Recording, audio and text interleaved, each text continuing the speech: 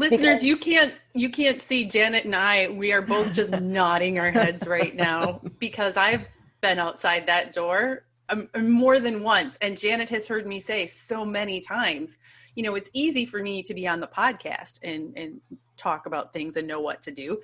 And then I have to go interact with my actual real human children as my human self. And it suddenly gets a whole lot more complicated. Yeah. And I've stood outside that door, and I've also taken that door off of the bedroom. And that's the thing, right? Because we want to, I don't know why. I mean, there's a lot of reasons culturally and countrywide, everything, psychologically, the changes in our country, both good, bad, and indifferent. But we are obsessed with getting it right. We're obsessed with knowing. We don't want the discomfort. So connecting with yourself means getting comfortable with a lot of discomfort. And some kids bring that out more in us than others. You know, everyone wants to say, we like to swing into polarities, right? Like, I have an easy kid, or I have a horrible childhood, I can't parent anyone, or my kid has needs. And so I can't do it. And we just swing. Yeah. And we're always looking like, oh, how come they can do it? And it's just a mishmash. Yeah. Like the idea of just it all, just the humanity of it all. Yeah. Let me ask you a question. That, you know, getting comfortable with a lot of discomfort is crucial to parenting, to life. And I'm wondering if, in your opinion, you're thinking, it's something that we are all having to practice a lot right now with living through the pandemic, right? Like, we have had to live with discomfort and the not knowing what's right for many, many months now. It may go on who knows how long.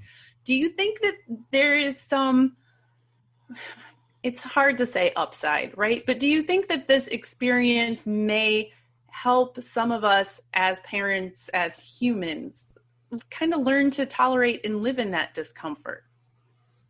Yeah, but you got to choose it.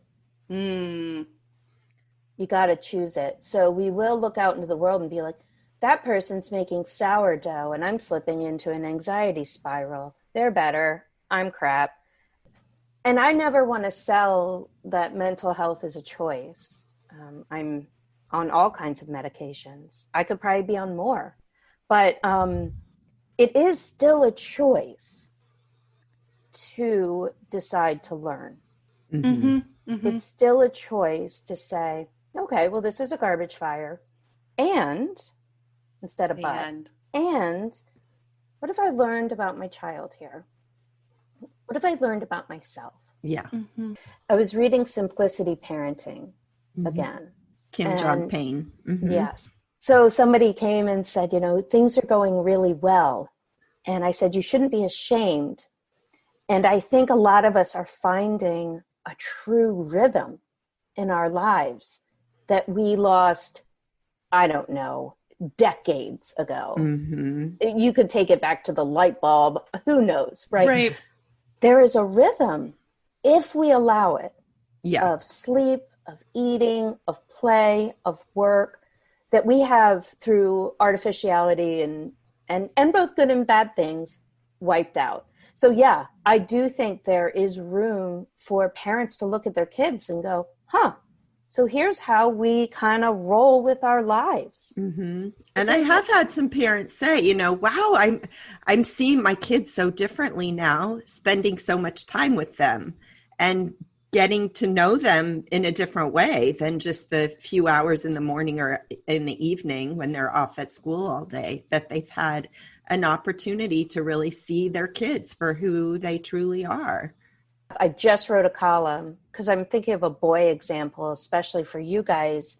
Somebody wrote in and said, my boy loves soccer. He's on the rec team. He isn't on the best team. And he plays and he loves to practice and he plays with his friends, and they just canceled the season. They're doing a skills group, but he doesn't want to do it. What should I do? Right? And it's funny because I know if I were coaching her and I'd say, what do you think you should do? Mm-hmm. We would come to the conclusion that I was pretty much like, it's time for some bribery. Here is a boy who has shown you he loves to move in soccer with his friends.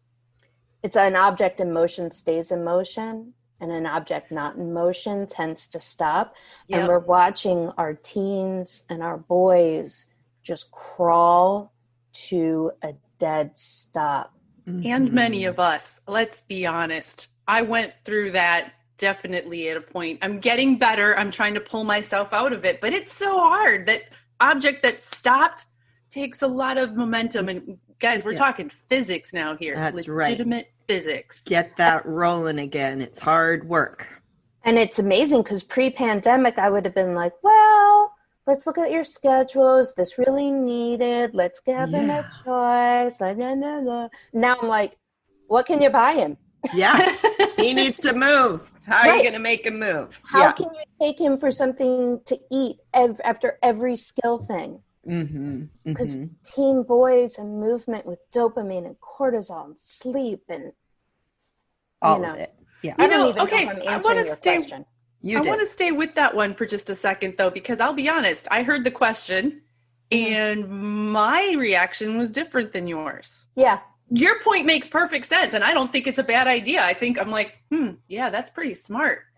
My first reaction would be to let him not do the skills thing, because maybe the skills, like maybe what he really thrives on is the competition, and take out the competition and it's just not the same. And maybe in taking a break from it, he would discover something else about himself that he wouldn't have had a chance to discover otherwise.